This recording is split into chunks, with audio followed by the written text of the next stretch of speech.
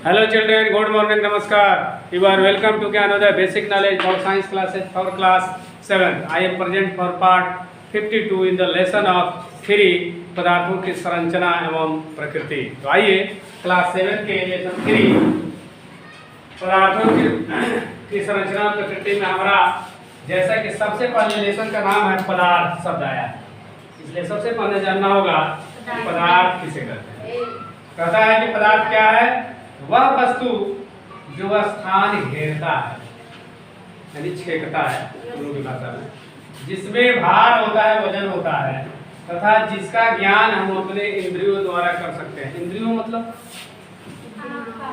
5 होते हैं, 5 के साथ 5 हैं, आँख, कान, नाक, त्वचा, जीभ। कहता है इंद्रियों द्वारा, जो हमारी इंद्रियां हैं उनके द्वारा हम अनुभव करेंगे तो उसे हम पदार्थ या द्रव्य कहते हैं। कोई भी पेन है तो इसमें कुछ वजन होगा नहीं, रखने पर कुछ जगह छेकता होगा ना। तो वह वस्तु जो स्थान घेरता है या छेकता है, जिसमें भार होता है, वजन होता है, जिसको हम अपने इंद्रियों द्वारा अनुभव कर सकते हैं। अच्छा, कर सकते हैं क्यों लिखा है? करते हैं लिखा होना चाहिए। कर सकते हैं, कुछ ऐसी वस्तुएं हैं जिसका अनुभव नहीं भी करते हैं। जैसे एक ही वस्तु बहुत लोगों को बड़ा स्मेल आता है, बड़ा महकत वाले लोग हैं, हम तो बुझाते हैं कहते हैं ना।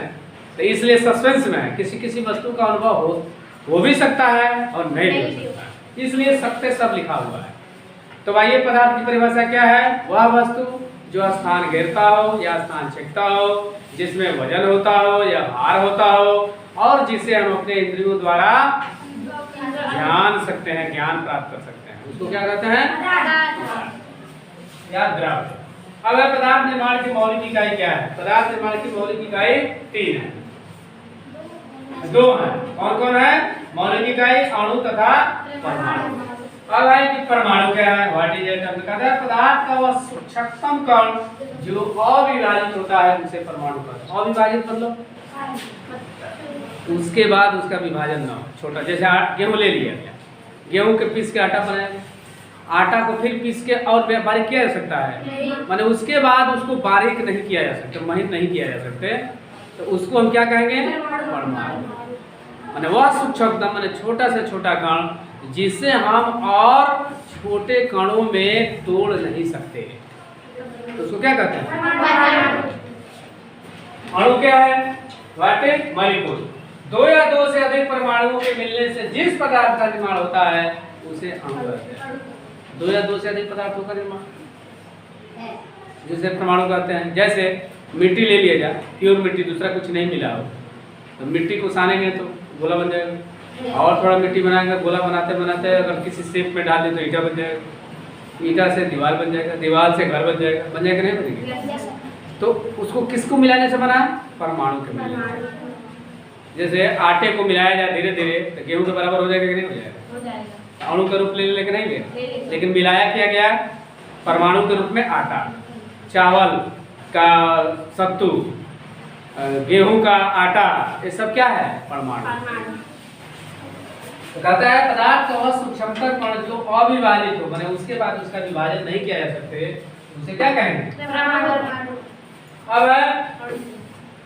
अब अणु क्या है? अणु है कि 2 या 2 से अधिक परमाणुओं के मिलने से जिस पदार्थ का निर्माण होता है उसे 2 या 2 से अधिक पदार्थ होता है। जैसे एक हाइड्रोजन, एक हाइड्रोजन, दोनों को मिला दिया जाए तो हाइड्रोजन के 2 अणु हो जाएंगे नहीं? मिलाए हम क्या? हाइड्रोजन के 1 परमाणु, हाइड्रोजन के 1 परमाणु, दोनों मिलकर हाइड्रोजन के 2 तो होंगे, 2 क्या होंगे? 1 अणु होंगे, उसको अणु बोलेंगे, ठीक है ना? तो 2 या 2 से अधिक को मिलने से, अगर आटा हो, आटा का 2 कण चाहे उससे अधिक मिलाया जाए तब तो किसी गोले का रूप लेगा। अगर 2 आटा का कण लिया जाए, उसको शेप दिया जाए तो बनेगा? किसी रूप में बनेगा? रोटी बनेगा? नहीं बनेगा। कहता है 2 या 2 से अधिक परमाणुओं के मिलने से जिस पदार्थ का निर्माण होता है उसे क्या कहते हैं?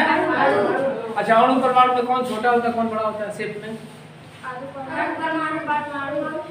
हाँ, परमाणु छोटा होता है, उसी को इसलिए अणु से ही परमाणु बना है। परमाणु, कई परमाणु मिलकर तब एक अणु का निर्माण, ठीक है ना? जैसे तुम लोग स्कूल के लिए कई बच्चे हैं ना जी, कई बच्चे मिल गए तो क्या हो गए? परमाणु हो गए। तो कई बच्चों को मिलने से स्कूल बन गया कि नहीं बन गया? तो स्कूल क्या हो गया? अब बच्चे क्या हो गए?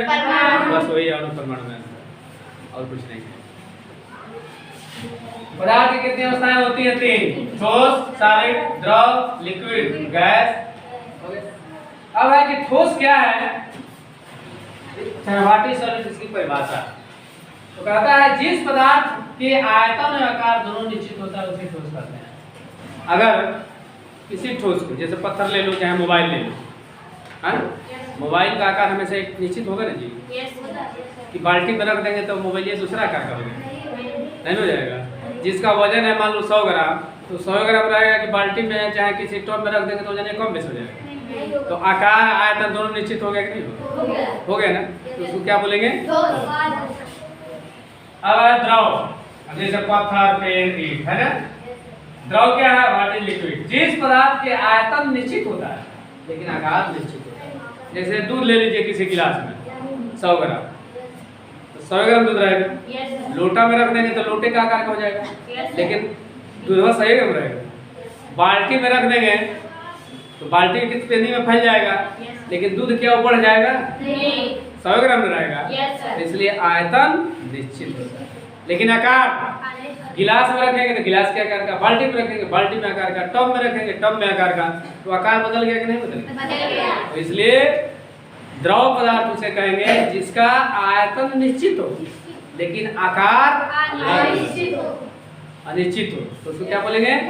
द्रव। उसी को द्रव कहते हैं। जैसे दूध, तेल, पानी। एक चीज और जानना, ठोस अणु आपस में बहुत करीब करीब होते हैं, इसलिए उसमें आकर्षण बल अधिक होता है, ठीक है।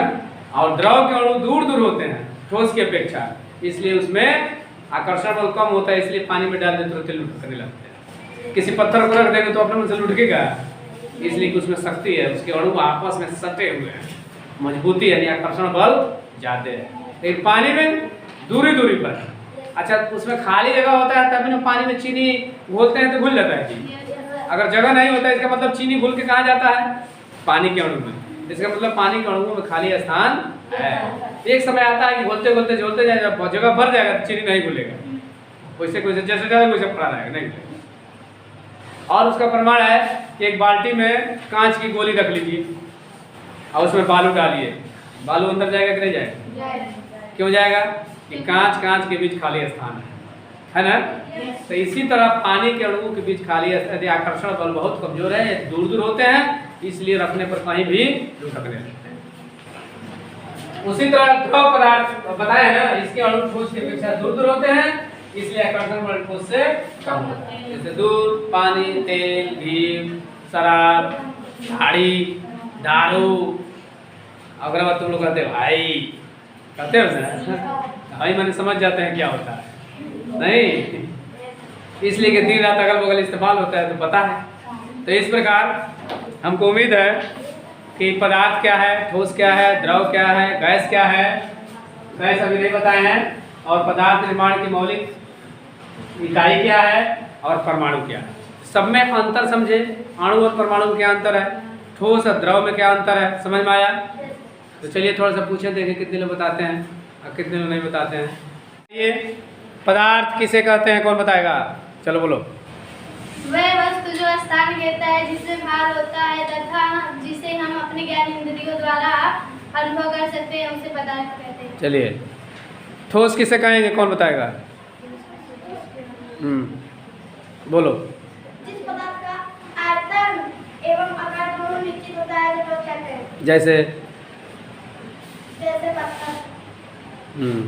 चलो द्रव किसे कहेंगे, कौन बोलो इधर से?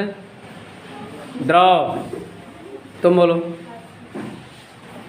वह पदार्थ जिसका आयतन निश्चित होता है और आकार अनिश्चित होता है, उसे द्रव कहेंगे। जैसे तेल, पानी। चलो पदार्थ की निर्माण की मौलिक इकाई क्या है? चलो तुम बोलो राजन।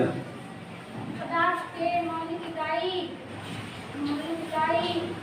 अणु तथा परमाणु है। अणु क्या है? और कोई उठाओ हाथ, दूसरा कोई? और बस यही 4-5 लोग बताएंगे। तुम क्या नहीं बोलती है जी? अणु बोलो। 2 या 2 से अधिक परमाणु मिलने से जो